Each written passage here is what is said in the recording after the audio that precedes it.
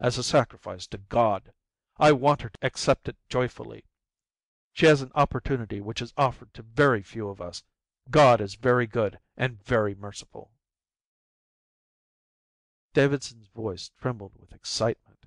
He could hardly articulate the words that tumbled passionately from his lips. "All day I pray with her, and when I leave her I pray again. I pray with all my might and main, so that Jesus may grant her this great mercy. I want to put in her heart the passionate desire to be punished, so that in the end, even if I offered to let her go, she would refuse. I want her to feel that bitter punishment of prison is a thank offering that she places at the feet of our blessed Lord, who gave his life for her." The days passed slowly. The whole household, intent on the wretched, tortured woman downstairs, lived in a state of unnatural excitement. She was like a victim that was being prepared for the savage rites of a bloody idolatry. Her terror numbed her. She could not bear to let Davidson out of her sight. It was only when he was with her that she had courage, and she hung upon him with a slavish dependence. She cried a great deal, and she read the Bible and prayed. Sometimes she was exhausted and apathetic.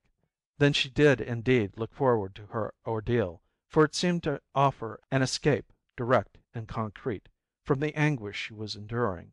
She could not bear much longer the vague terrors which now assailed her.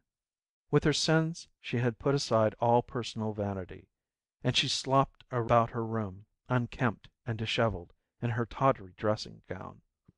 She had not taken off her night-dress for 4 days, nor put on stockings. Her room was littered and untidy. Meanwhile the rain fell with cruel persistence. You felt that the heavens must at last be empty of water, but still it poured down, straight and heavy, with a maddening iteration, on the iron roof. Everything was damp and clammy. There was mildew on the walls and on the boots that stood on the floor. Through the sleepless nights the mosquitoes droned their angry chant. "If only it would stop raining for a single day, it wouldn't be so bad," said Dr. McPhail. They all looked forward to the Tuesday when the boat for San Francisco was to arrive from Sydney. The strain was intolerable. So far as Dr. McPhail was concerned, his pity and his resentment were alike extinguished by his desire to be rid of the unfortunate woman. The inevitable must be accepted. He felt he would breathe more freely when the ship had sailed. Sadie Thompson was to be escorted on board by a clerk in the governor's office. This person called on the Monday evening and told Miss Thompson to be prepared at 11 in the morning. Davidson was with her. "I'll see that everything is ready. I mean to come on board with her myself." Miss Thompson did not speak. When Dr. McPhail blew out his candle and crawled cautiously under his mosquito curtains, he gave a sigh of relief. "Well, thank God that's over. By this time tomorrow she'll be gone." "Mrs. Davidson will be glad too. She says he's wearing himself to a shadow," said Mrs. McPhail. "She's a different woman." "Who?" "Sadie. I should never have thought it possible. It makes one humble." Dr. McPhail did not answer, and presently he fell asleep. He was tired out, and he slept more soundly than usual. He was awakened in the morning by a hand placed on his arm, and starting up, saw Horn by the side of his bed. The trader put his finger on his mouth to prevent any exclamation from Dr. McPhail, and beckoned to him to come. As a rule he wore shabby ducks, but now he was barefoot, and wore only the lava of the natives. He looked suddenly savage, and Dr. McPhail, getting out of bed, saw that he was heavily tattooed. Horn made him a sign to come on to the veranda. Dr. McPhail got out of bed and followed the trader out. "Don't make a noise," he whispered. "You're wanted. Put on a coat and some shoes, quick." Dr. McPhail's first thought was that something had happened to Miss Thompson. "What is it? Shall I bring my instruments?" "Hurry. Please hurry." Dr. McPhail crept back into the bedroom, put on a waterproof over his pajamas and a pair of rubber-soled shoes. He rejoined the trader, and together they tiptoed down the stairs. The door leading out to the road was open, and at it were standing half a dozen natives. "What is it?" repeated the doctor. "Come along with me," said Horn. He walked out and the doctor followed him. The natives came after them in a little bunch. They crossed the road and came on to the beach. The doctor saw a group of natives standing round some object at the water's edge. They hurried along, a couple of dozen yards perhaps, and the natives opened out as the doctor came up. The trader pushed him forwards. Then he saw, lying half in the water and half out, a dreadful object, the body of Davidson. Dr. McPhail bent down, he was not a man to lose his head in an emergency, and turned the body over. The throat was cut from ear to ear, and in the right hand was still the razor with which the deed was done. "He is quite cold," said the doctor. "He must have been dead for some time." "One of the boys saw him lying there on his way to work just now, and came and told me. Do you think he did it himself?" "Yes. Someone ought to go for the police."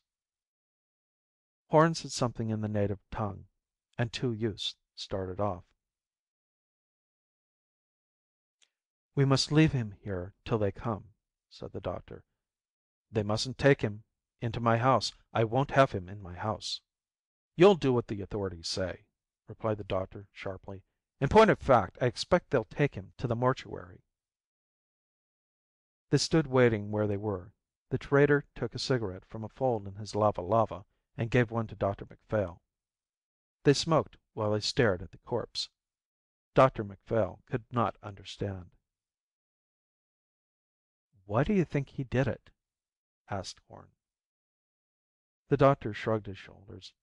In a little while native police came along, under the charge of a Marine with a stretcher, and immediately afterwards a couple of naval officers and a naval doctor.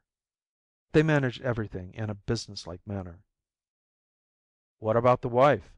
said one of the officers. "Now that you've come, I'll go back to the house and get some things on. I'll see that it's broken to her. She'd better not see him till he's been fixed up a little." "I guess that's right," said the naval doctor. When Dr. McPhail went back he found his wife nearly dressed. "Mrs. Davidson's in a dreadful state about her husband," she said to him as soon as he appeared. "He hasn't been to bed all night. She heard him leave Miss Thompson's room at 2, but he went out. If he's been walking about since then he'll be absolutely dead." Dr. McPhail told her what had happened and asked her to break the news to Mrs. Davidson. "But why did he do it?" she asked, horror stricken. "I don't know." "But I can't." "You must." She gave him a frightened look and went out. He heard her go into Mrs. Davidson's room. He waited a minute to gather himself together, and then began to shave and wash. When he was dressed he sat down on the bed and waited for his wife. At last she came. "She wants to see him," she said. "They've taken him to the mortuary. We'd better go down with her. How did she take it?" "I think she's stunned. She didn't cry, but she's trembling like a leaf." "We'd better go at once." When they knocked at her door Mrs. Davidson came out. She was very pale, but dry-eyed. To the doctor she seemed unnaturally composed. No word was exchanged, and they set out in silence down the road. When they arrived at the mortuary Mrs. Davidson spoke. "Let me go in and see him alone." They stood aside. A native opened a door for her and closed it behind her. They sat down and waited. One or two white men came and talked to them in undertones. Dr. McPhail told them again what he knew of the tragedy. At last the door was quietly opened, and Mrs. Davidson came out. Silence fell upon them. "I'm ready to go back now."